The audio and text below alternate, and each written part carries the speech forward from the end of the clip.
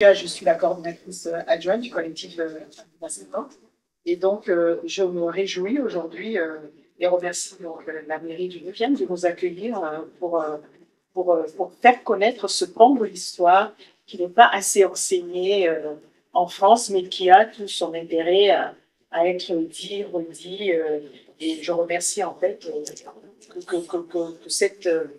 ce pan de l'histoire est en train d'émerger, puisqu'on parle de plus en plus du débarquement de Provence. Donc, on connaît plus celui de Normandie qui est traité à grande pompe.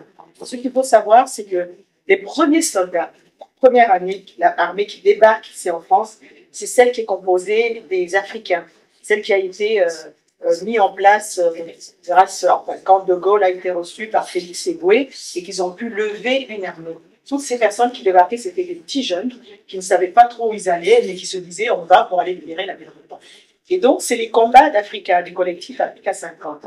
C'est un collectif qui regroupe à peu près une trentaine d'associations qui œuvrent en fait à créer un espace pour donner un éclairage sur notre histoire commune que nous avons. La France, l'Europe et l'Afrique ont cheminé ensemble pendant un moment. Et à un moment donné, nous arrivons aujourd'hui. Alors, il y a beaucoup de populations qui se demandent mais ces Africains, ils sont là. Pourquoi ils sont là? Comment ils sont là? La plupart sont confinés dans le mot migrant. Et comment ça se fait que les routes nous amènent qu'ici? Donc, il y a toute une histoire qui manque justement d'interlocuteurs, qui manque d'orateurs. Alors, merci à M. Buisson pour avoir, pour son livre. Et merci pour le film de tout à l'heure. Ce sont des choses, des outils qui permettent à donner un éclairage. Donc, ce sont les combats d'Africa 50 qui veut mettre en lumière cette histoire, qui veut mettre en lumière les associations des Africains qui travaillent, qui sont ici, qui existent et qui travaillent pour la métropole, et qui veulent mettre aussi en lumière les amis de l'Afrique. Ces personnes qui ont compris, européens, qui ont compris qu'en fait, on a des liens communs et que les liens, de toute façon, on ne peut pas les casser comme ça. Et qu'il y a moyen de faire autrement et mieux. Parce que ce qu'on voit aujourd'hui, c'est un peu, je peux dire, pour des intérêts surtout politiques, hein, parfois qui encombrent à notre pays et d'autres qui viennent aussi d'ailleurs, parce que les ambitions sont aussi ailleurs, et donc qui tirent les ficelles, qui font que, voilà, on emmène un mot dans un débat public, et ce mot-là, il est galvaudé, et il emmène les populations à agir d'une façon libre. Donc voilà un peu les combats d'Africa 50, dont nous sommes présents sur plusieurs questions, des questions d'histoire mémorielle comme cela, et d'autres questions au niveau de la culture, au niveau économique. Donc, il y a toute une palette qui est faite et on essaie d'aider les associations à travailler ensemble autour d'une idée commune pour justement l'agrandir. Alors, je remercie la présence de Madame Tommy qui est ici présente. Ça montre le souci qu'on a au niveau de la mairie centrale de s'intéresser à ce qui se passe sur le territoire. Parce que justement, il y a besoin, on fait remonter, mais si c'est descendant, c'est encore bien. Donc, je vous laisse donc découvrir le film et l'intervention de M. Buisson. Merci. Je remets le compteur à zéro. Excusez-moi, André, oui. Ouais. Allez-y. Donc, le titre de cette conférence, Les Sénégalais du Vercors. Alors, ce titre n'a pas été choisi au hasard. Sur le Vercors, des centaines d'ouvrages ont été écrits et tous parlent des fameux Sénégalais présents sur le Vercors. Et génériquement, on les appelait les Sénégalais du Vercors. Lorsque je me lance sur l'enquête sur les Sénégalais il y a 2 ans, il n'y avait pas grand-chose. Il y avait une ligne par-ci par-là où on disait tel jour, tel endroit, les Sénégalais, combien ils étaient, d'où ils venaient, quelle était leur histoire et que sont-ils devenus. Personne ne l'avait jamais réalisé. Alors pour ma part, j'ai réalisé un ouvrage qui est ici, ceux qui voudront l'acquérir, j'en ai quelques exemplaires, qui est sorti l'année dernière au mois de septembre. Cet ouvrage est consacré aux Sénégalais du Vercors, donc le plan de l'ouvrage, ça va être un petit peu le plan de mon exposé, mais en 20 minutes, je vais être obligé d'aller très très vite. Donc, dans mon livre, je parle tout d'abord des troupes indigènes à la veille de la Seconde Guerre mondiale. Vous avez démarré, à partir des débarquements. Moi, je vais démarrer bien avant, puisque les Sénégalais dont je vais parler, c'est ceux qui arrivent en France en 1939, à la mobilisation générale. Donc, ensuite, je vais parler du contexte de juin 44, essentiellement avec 3 dates, de la fameuse expédition au camp de la Doua à Villeurbanne, qui consiste à venir libérer une cinquantaine de tirailleurs qui sont détenus à Lyon pour les ramener sur le Vercors. Donc ils arrivent sur le Vercors, au cœur du massif, et ils arrivent au plus mauvais moment puisqu'ils arrivent en juin 44 et que le massif du Vercors va tomber en juillet 44. Donc ils participent à cette fameuse bataille de Vercors.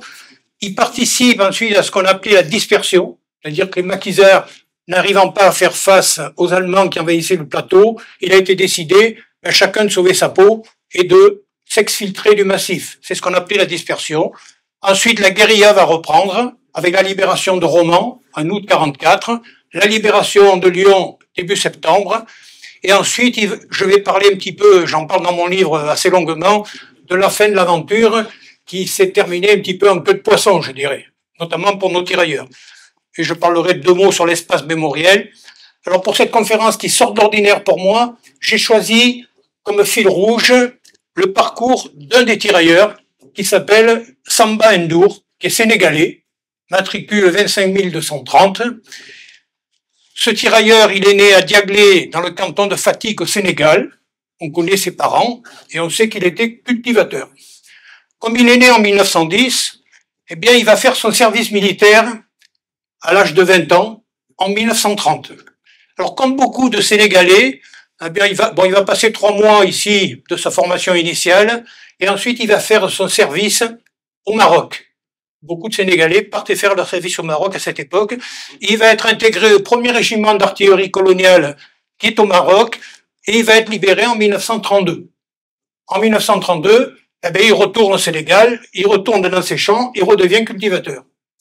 Juillet 1939, c'est la mobilisation générale.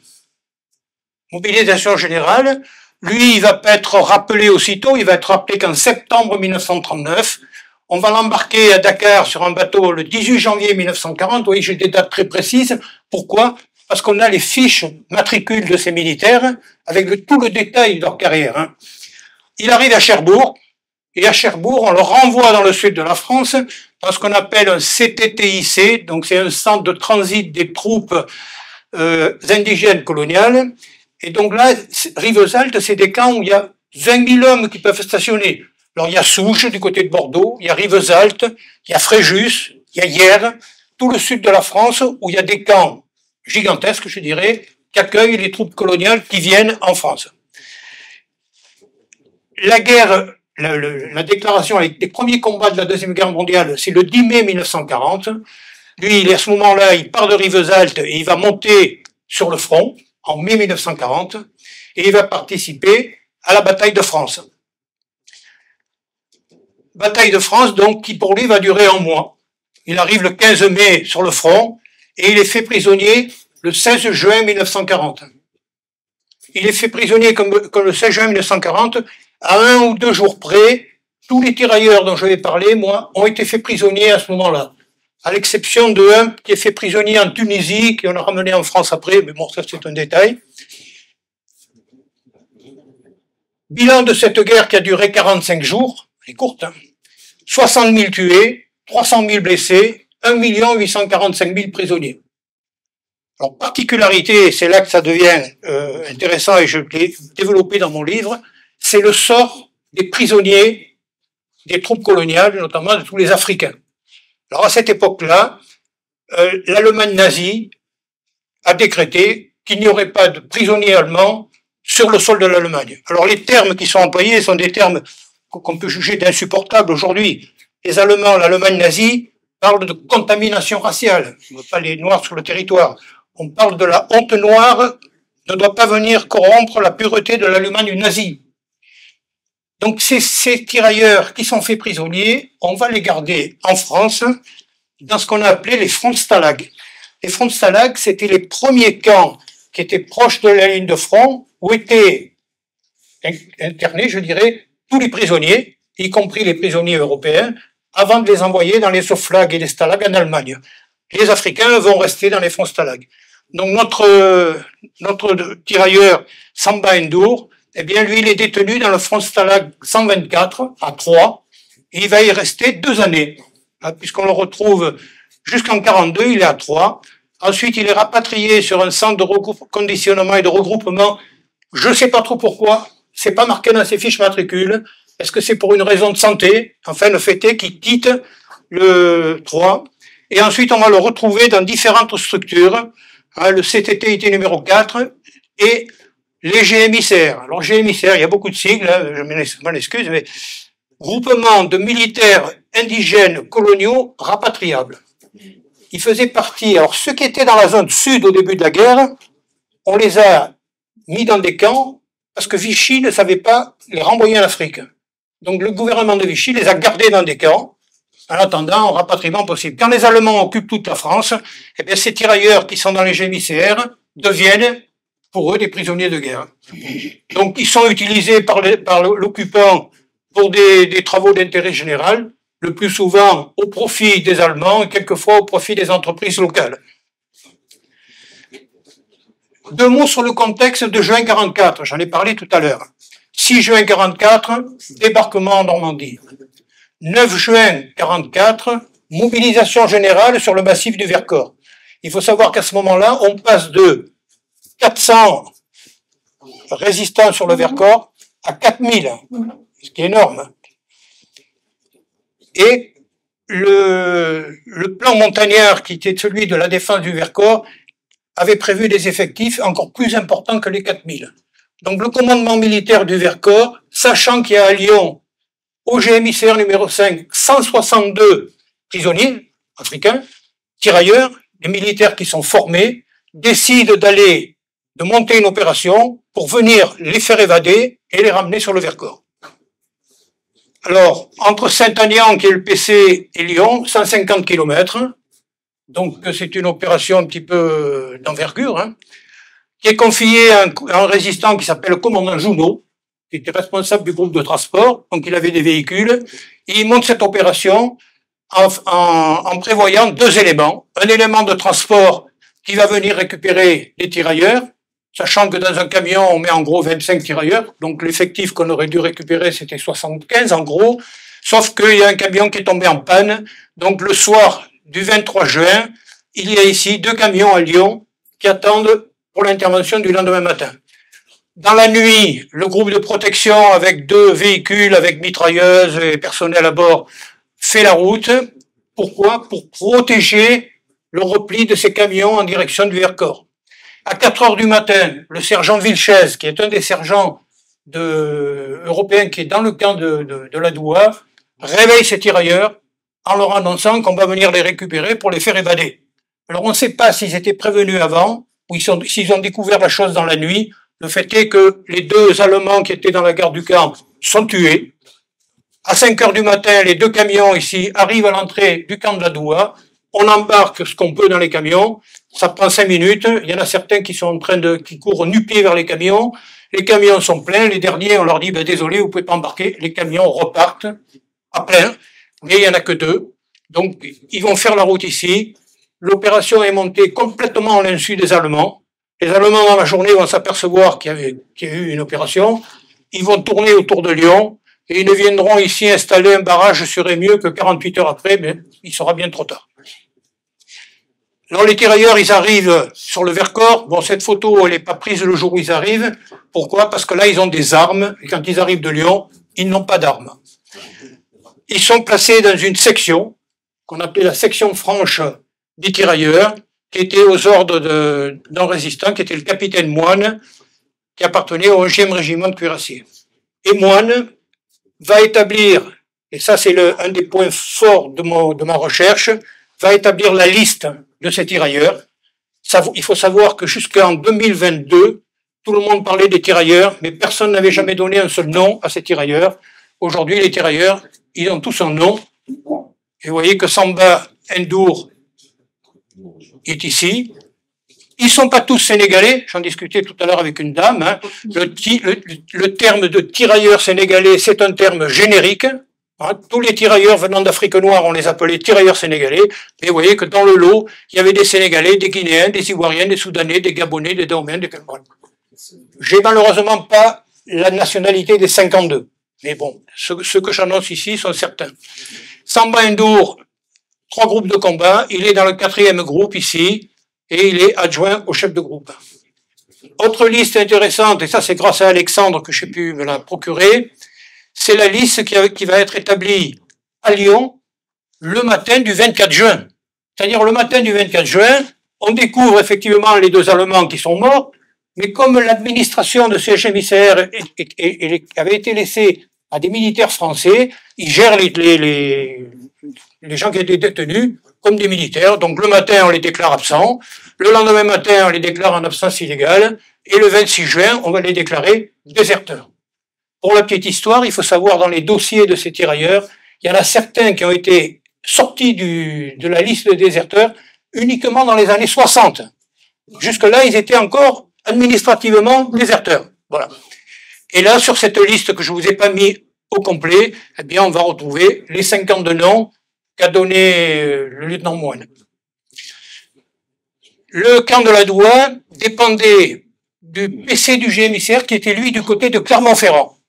Alors l'administration, même en temps de guerre, l'administration est très forte, puisque on va faire pour chacun des 52, le 17 juillet, on va faire une fiche, comme celle-là, qui va être adressée au ministère de l'Intérieur, et qui dit quoi?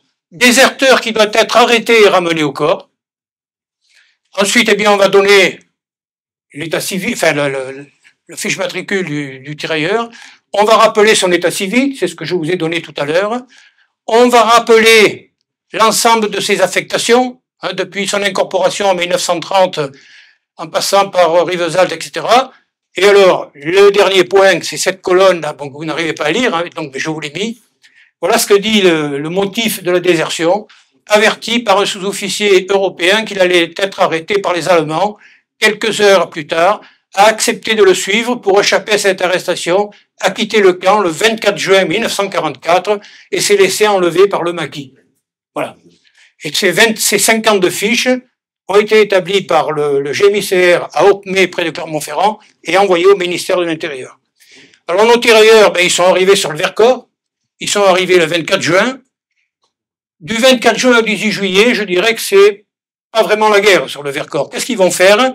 Ils vont faire de l'instruction, c'est-à-dire on les a regroupés, et puis on leur a redonné des armes, on apprend à se servir. Notamment ici, vous les voyez, ils sont en train d'assister à une instruction qui est conduite ici par 2 Américains, les Américains qui avaient parachuté sur le Vercors et qui apprenaient aux tirailleurs ici à se servir d'un lance-roquettes.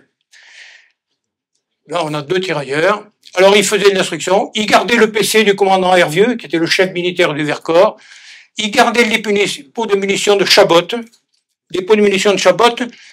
Chabot, j'ai eu la chance de rencontrer en 2022 une dame qui avait 6 ans et demi à l'époque, qui est encore vivante, et qui se rappelait très bien des tirailleurs. Elle me disait, sa maman était institutrice, elle a été tuée par les Allemands. Elle disait, ma maman me disait de les embrasser, elle disait, moi je voulais pas. Mais ils étaient gentils quand même, parce qu'il y en avait un qui m'avait offert une petite poupée noire. Elle me l'a précisé. Ça m'a fait rigoler. Voilà. Piquet d'honneur. Alors c'est les seuls militaires sur le Vercors qui sont des militaires en uniforme, qui ont l'habitude de la discipline, et quand il s'agit de rendre des honneurs, comme ici un colonel qui vient d'arriver, eh bien on aligne des tirailleurs pour rendre les honneurs. Ils vont se reposer aussi sur le Vercors. N'oublions pas qu'ils ont été faits prisonniers en juin 1940. On est en juin 1944. Je pense qu'arriver sur les grands espaces du Vercors, ça a dû être un moment pour eux vraiment de libération. Ils vont participer à quelques opérations. J'ai pas le temps de les détailler, j'en parle dans mon livre. On arrive au mois de juillet. Alors, une parenthèse, dans les dates que j'ai données tout à l'heure, j'ai donné le 6 juin 1944, 9 juin, mobilisation du Vercors. Je n'ai pas parlé du 12 au 13 juin, où les Allemands font la première incursion sur le Vercors. C'est ce qu'on appelait les combats de Saint-Nizier. Ça va durer 3 jours. Ils prennent Saint-Nizier, ils brûlent le village, ils se replient, et pendant un mois, ils vont pas trop se manifester.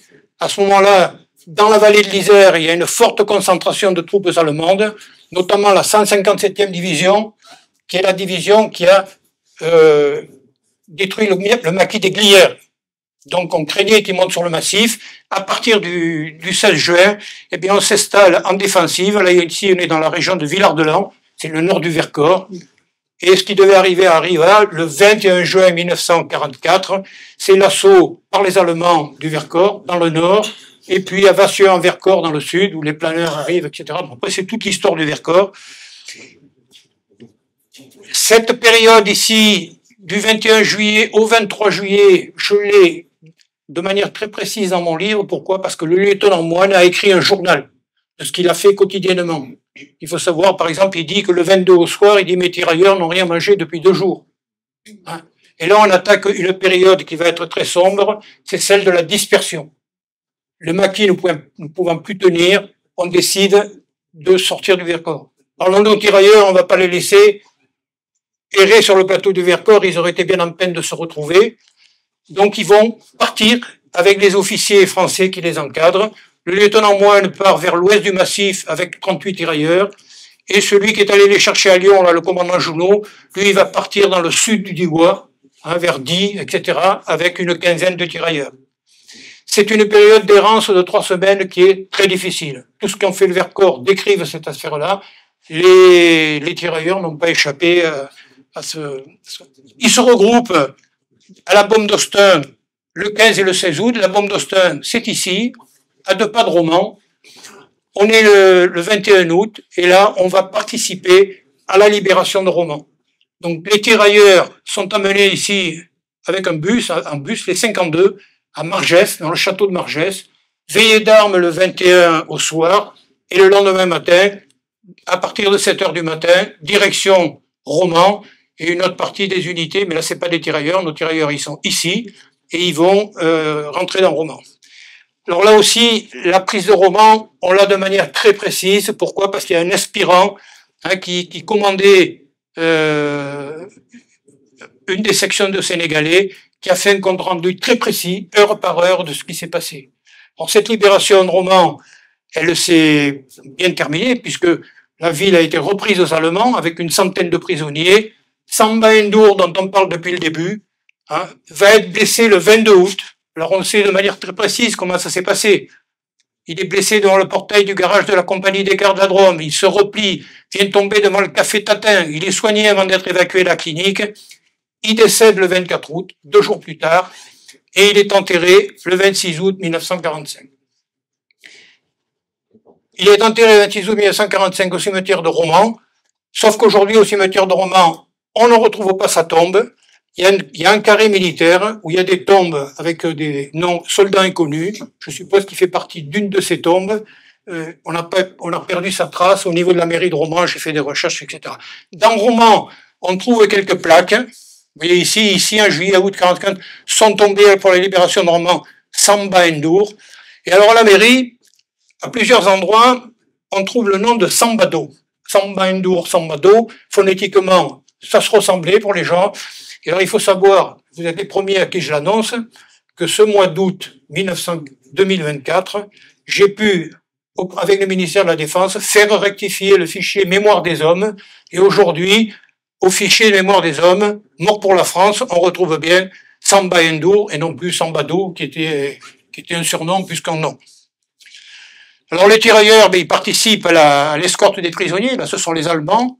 Ici, on a sur la droite un des tirailleurs, qui fait coutume avec un des habitants, là, on voit que ça se passe bien.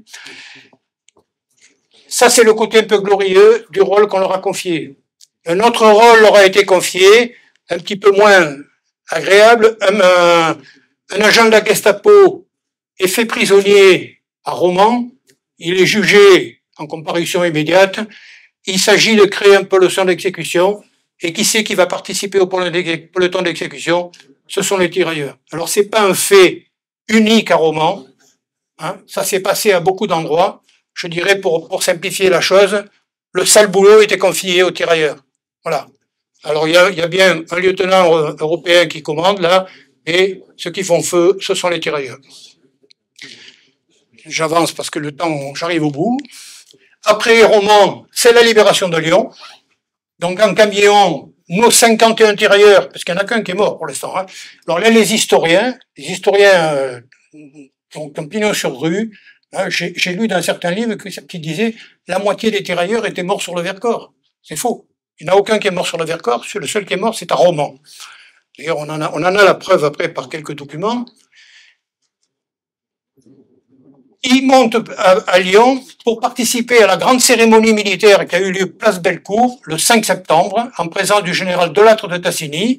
Et le matin, à la caserne de la Pardieu, le commandant Geyer, ici, qui est le chef du régiment de cuirassiers, passe en revue les troupes avec les 2 sections de tirailleurs. Vous voyez que là, ils sont à peu près 25 de chaque côté, donc c'est bien, les effectifs sont bien là.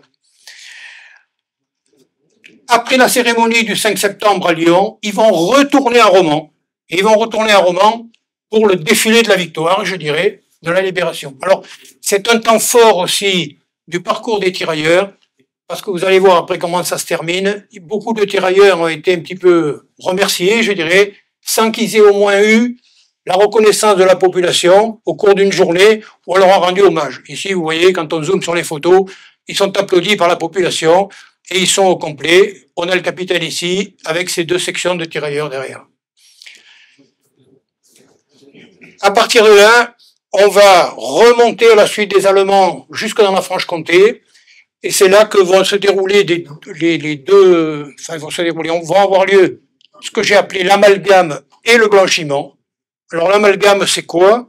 Eh bien, c'est qu'à partir du moment où la première armée qui a débarqué en Provence arrive à la hauteur de Lyon, tous ces résistants, on leur dit, soit vous intégrez la première division française libre, et puis vous êtes militaire et vous continuez pendant les combats, soit vous retournez chez vous.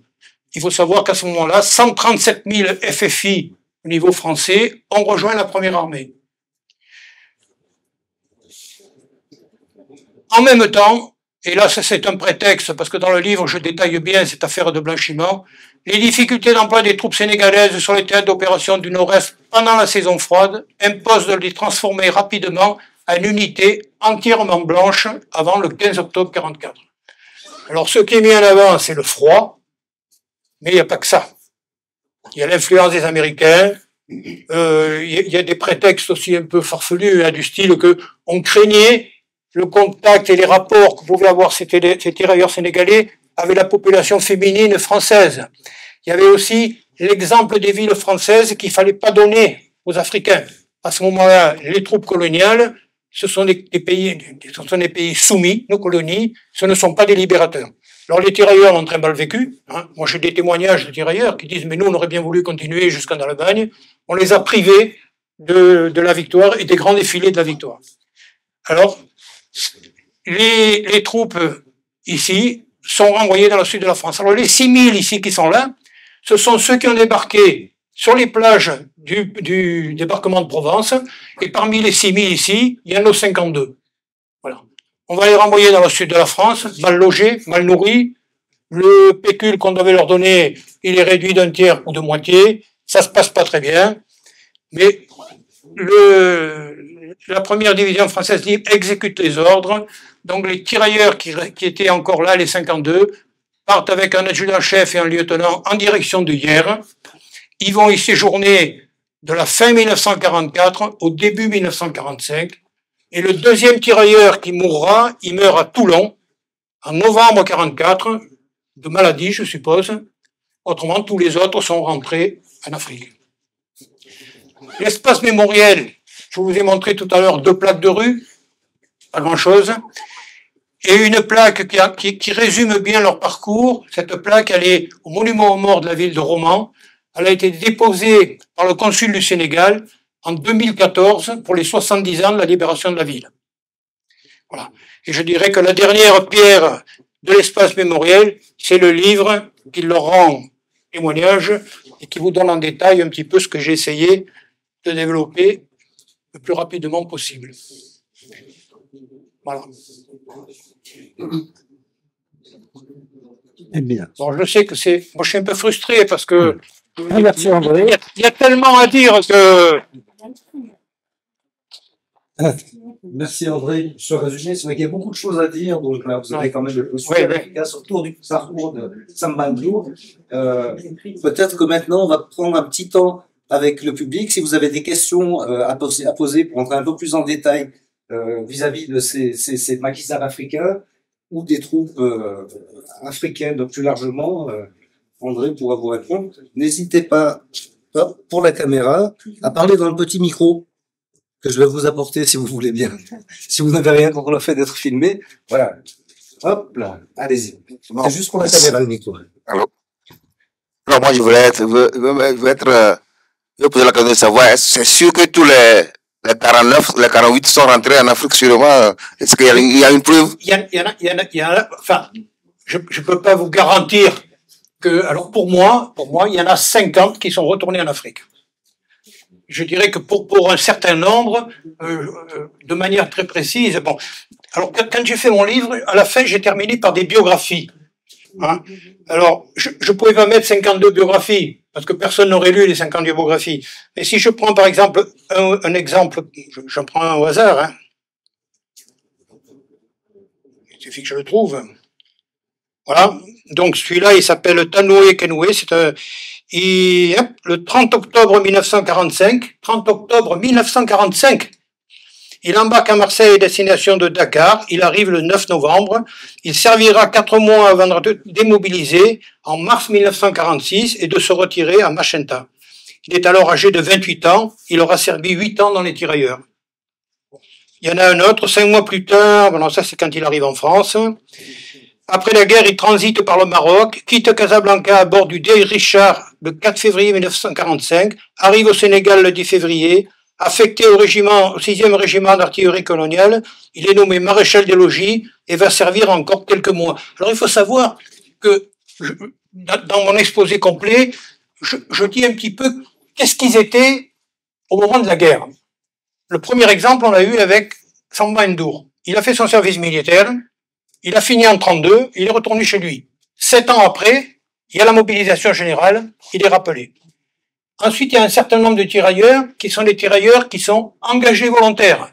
C'est-à-dire des gens qui ont décidé, en 1936, 1935, 1938, de s'engager dans les troupes coloniales pour 4 ans, etc. Après, ils sont rattrapés par la guerre, mais ils vont faire toute la guerre.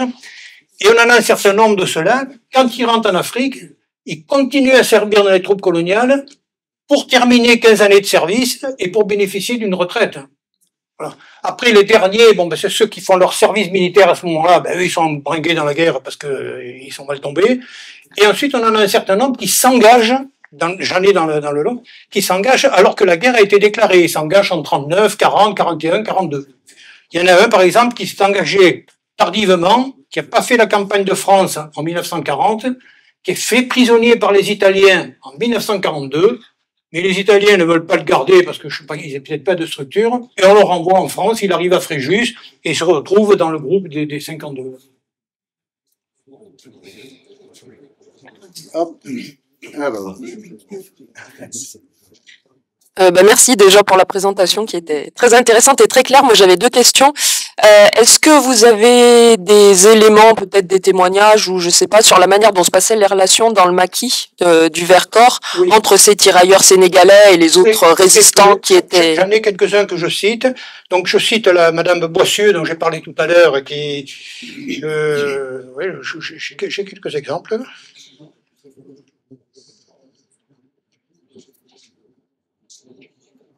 Je retrouve la page.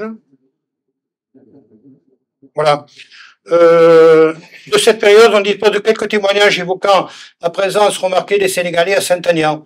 Un témoin anonyme, certains des Sénégalais seront hébergés à l'école de Saint-Aignan. 5 ou 6 d'entre eux gardaient le dépôt de munitions de Chabot. Madame Boissieu, je vous ai dit. Joseph Pesanti, j'ai un souvenir très précis des Sénégalais qui gardaient le dépôt de Chabot. Marcel Jaran, je me souviens bien des soldats sénégalais, 2 étaient placés en permanence à l'entrée du hameau de Chabot, ils ne laissaient rentrer personne, sauf les personnes du hameau, ils étaient très sympathiques, toute la population du hameau les appréciait. Voilà, bon, c'est les témoignages, il y en a quelques autres comme ça. Après, ça a été très court, quoi, puisqu'il y a eu fin juillet, où ils étaient sur le massif, ils faisaient les gardes, etc. Après, c'est les combats, c'est la dispersion, et là, ils rencontrent plus personne. J'ai pas mis toutes les photos que j'ai. À Romans, on les voit, la population leur donne à boire, ils ont des contacts avec la population. Et bon, voilà, c'est vraiment succinct.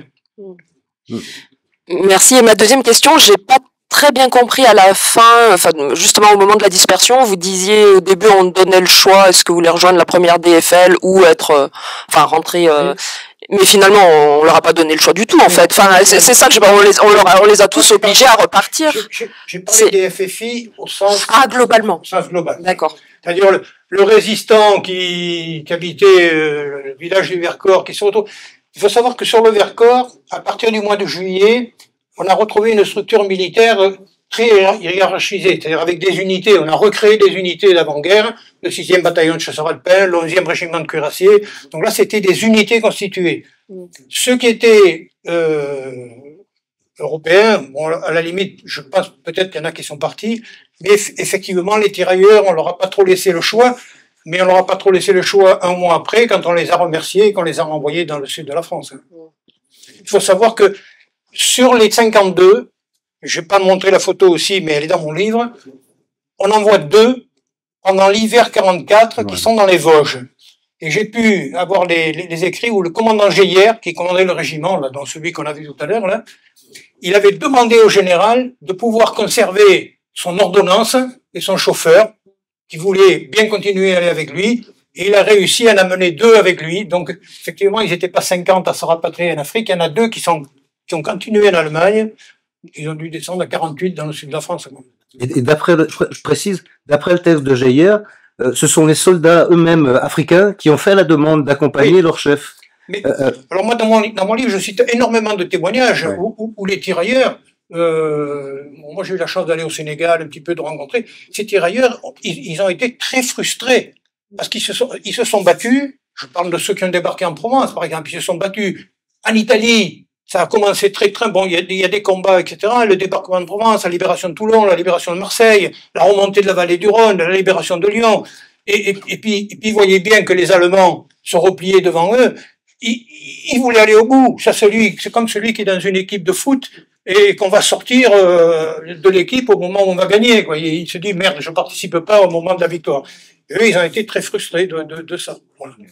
D'autant plus qu'après, ça s'est très mal passé pour les histoires de pécules, de prisonniers, on leur a pas donné ce qu'ils devaient. Bon, tout le monde connaît l'histoire de Tiaroy, hein, avec, voilà. Donc, justement, ma question c'était sur ça. J'en dis 2 mots parce que je pouvais pas ne pas en parler dans mon livre. Quand j'avais fait lire le manuscrit, quelqu'un m'a dit tu devrais parler de Tiaroy. J'en ai parlé parce que c'est pas le sujet de mon livre.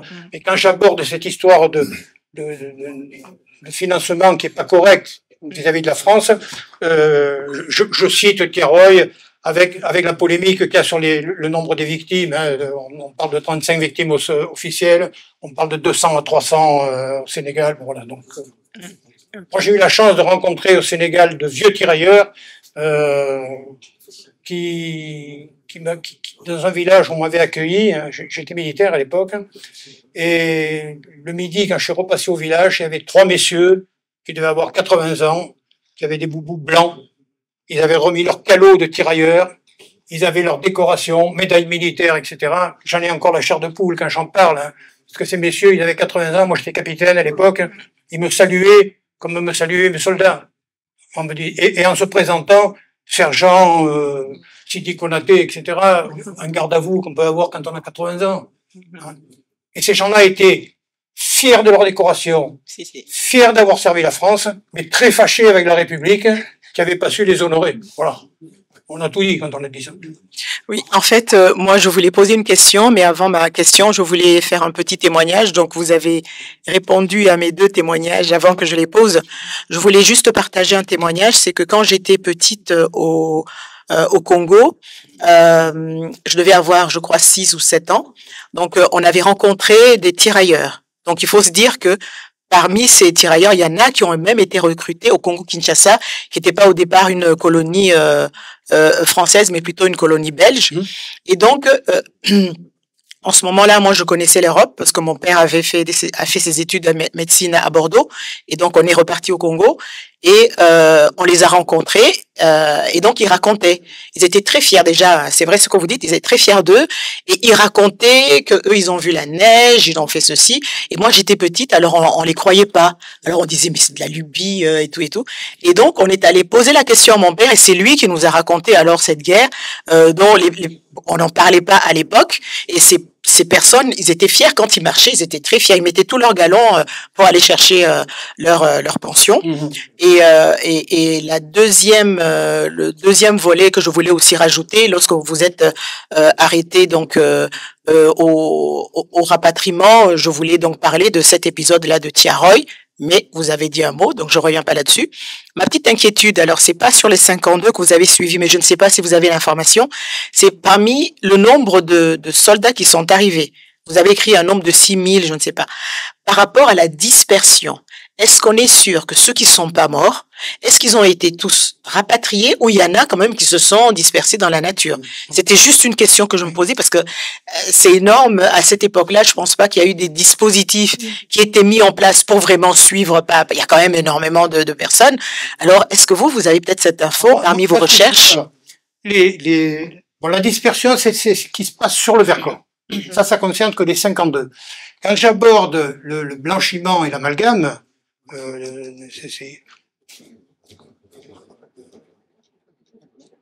voilà, ici, voilà. Ici, les 6000 dont je parle, le chiffre je l'ai pas inventé, je l'ai récupéré dans un livre d'histoire, évidemment, hein.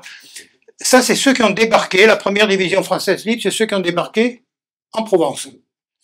Parmi ceux qui ont débarqué en France, il y a 6000 tirailleurs. Alors, nos 52, ils font partie de cela, et on les a rapatriés. Alors, ce qui est quand même très remarquable, je dirais, c'est que l'administration militaire a des dossiers pour chacun de ces tirailleurs. C'est-à-dire que, moi, je sais que, bon, Alexandre m'a donné beaucoup de documents que j'ai épluchés. Samba Ndour, qui est mort, lui, en France, il y a eu des courriers qui ont dû être adressés par la famille ou je sais pas quoi. Bon, ces tirailleurs, on sait sur quel bateau ils embarquent quand ils rentrent. Alors, j'ai pas épluché les 6000, évidemment. Moi, je n'ai épluché que les 52 qui m'intéressaient. Mais je pense que, je dis pas qu'il y en a pas un ou deux qui ont pu se perdre dans la nature, c'est possible, mais globalement, je crois quand même qu'ils étaient, ils étaient encadrés et ils ont suivi le mouvement. Je pense que c'était pas très facile pour eux bon, il y a la couleur de peau, s'échapper dans la France de 1944, ça devait pas être facile pour eux, quoi.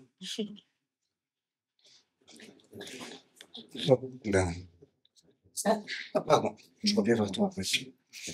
Alors moi, j'ai fait la découverte des tirailleurs sénégalais lorsque j'avais 17 ans. Mon papa m'a amené à Lyon, j'avais 17 ans. Le premier endroit où il nous a emmenés, c'était au Tata sénégalais. Et là, il m'a raconté une histoire.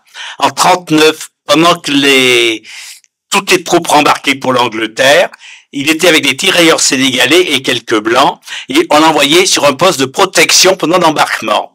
Eh bien, arrivé en position, il ne manquait pas un Africain, mais tous les blancs s'étaient perdus en cours de route. Première estime que j'ai eue sur les Noirs. Et ensuite, au tas sénégalais, bon, je fais partie des troupes coloniales, et tous les ans, je m'occupe de l'organisation du mois de juin pour ce qui s'est passé au Tata sénégalais. Donc j'apprécie beaucoup les tirailleurs. Voilà. Dans l'encre d'or que vous devez lire peut-être, oui. Il y a eu la recension de mon livre qui a été faite dans un des derniers numéros là. Et je serai à Valence le mois prochain avec une amicale des troupes coloniales pour faire la même conférence qu'aujourd'hui. Mais un peu plus longue. Vous me donnerez la date? Oui. Moi, je pense que c'est le 10 octobre. De mémoire, c'est le 10 octobre. Merci beaucoup. Je vois que monsieur, c'est vraiment historique de tout ce qui est les tirailleurs sénégalais. OK? Moi, je voudrais savoir les 50 qui sont retournés dans leur pays. Est-ce que c'est eux qui ont réclamé le solde et on les a fusillés? Ils font partie de l'eau ou pas? J'ai pas compris. Il y a 50 Sénégalais qui sont retournés dans leur pays. Oui. Parce qu'ils ont refusé de continuer ici. Non, parce qu'on les a renvoyés. Et 8 fois là-bas, ils ont demandé le solde. Oui, alors ça a été comme pour tous les autres. C'est-à-dire que au moment d'avoir leur solde, ben, c'était soit réduit d'un tiers, soit réduit de moitié. Je pense qu'ils n'ont pas été traités mieux que les autres. Ils ont dû avoir les mêmes soucis. Non, il paraît que les 50 ont été fusillés. Oui, mais bon, oui. Là, on parle pas des mêmes, là, parce que c'est pas la même date. Voilà. Donc, l'histoire, ça donne d'autres... Il y a ceux de Tiaroy il y a eu le massacre de Tiaroy le 1er décembre 44, mais ces fameux... Ici, au Sénégal, le retour.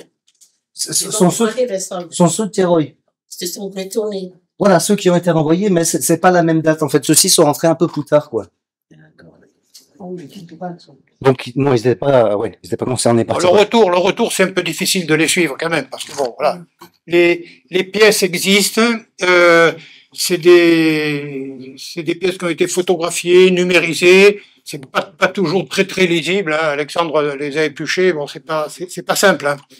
On s'y perd un petit peu, quoi. Des fois, au niveau de la date, on ne sait pas si c'est 40 ou 42, parce que, voilà, tout est manuscrit dans les documents. Il n'y a pas de documents qui sont tapés à la machine, hein. Ok. Si vous avez d'autres questions, voilà, et pendant ce temps, je vais préparer la séquence suivante, c'est-à-dire le film. Oui, juste une observation par rapport à ce que vous disiez, notamment dans les efforts déployés par les officiers supérieurs qui encadraient les tirailleurs africains pour éviter qu'il n'y ait des contacts, notamment dans les milieux urbains. Je crois que bon, tout ça a été calculé, mais finalement, on n'a pas prévu l'impact et les conséquences qu'il allait y avoir au niveau de cette participation des troupes africaines à la libération de la France. Je veux dire que leur participation leur a permis précisément de prendre conscience de ce qu'Aimé Césaire appelle dans son discours sur le colonialisme les contradictions internes des principes de la République, etc. Donc liberté, fraternité, égalité, etc. Et ça leur a permis de vivre ça, effectivement, de très près. Et ce qui a fait que, à leur retour dans leur pays, cette participation aux deux guerres, d'ailleurs, a joué un rôle d'accélérateur dans le mouvement de la décolonisation, les luttes pour les indépendances, etc. Parce qu'ils ont raconté, ils ont dit que finalement, les Noirs ne sont pas inférieurs aux Blancs, etc. Et que devant l'ennemi, ils étaient égaux. Alors, il y a eu une grosse... Alors, ce que je voudrais aussi préciser,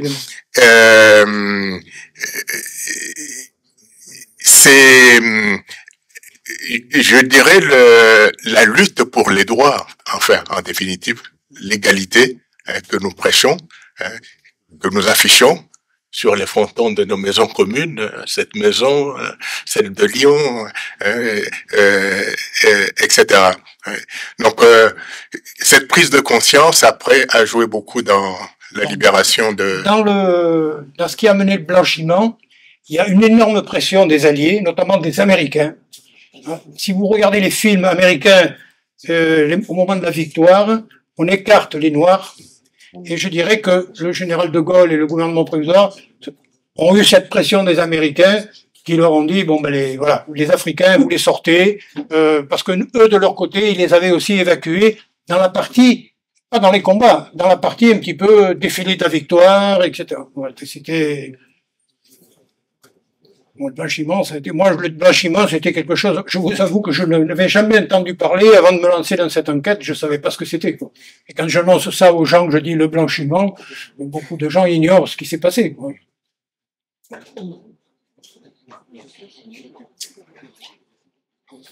Et puis ce que je voulais dire aussi, c'est la découverte par ces soldats, que la barbarie, c'est pas seulement ce qu'ils vivaient dans le régime colonial en Afrique, ils la découvraient entre Blancs, entre Européens. Parce qu'ils pouvaient pas soupçonner depuis l'Afrique cette violence, cette barbarie entre Européens finalement, ouais. Les griefs qui ont été faits aussi aux troupes africaines, je dirais d'une manière générale, ça remonte en 1919. Après le 11 novembre 1918, on va occuper la Rhénanie. 90 000 soldats français vont équiper la rive gauche du Rhin, la Rhénanie, et parmi eux, il y aura 20 000 troupes d'Afrique. Pourquoi je dis d'Afrique? Parce qu'il y avait des coloniaux, des tirailleurs algériens, des tirailleurs marocains, des tirailleurs sénégalais. Et pour les Allemands, alors je mets des guillemets parce que j'y étais pas et c'est ce qu'ils disent eux, ça s'est mal passé. Hein. Et alors, quand on arrive en 40, en plus avec l'Allemagne nazie, il était hors de question qu'on amène des Africains sur le territoire allemand. Il y en a eu très peu. Et je suis pas certain que les deux qui sont partis avec le commandant Geyer Enfin là, c'était la victoire, donc c'était plus des prisonniers, donc ils pouvaient être dans les troupes. Mais au niveau prisonnier, ils n'ont jamais été détenus en Allemagne.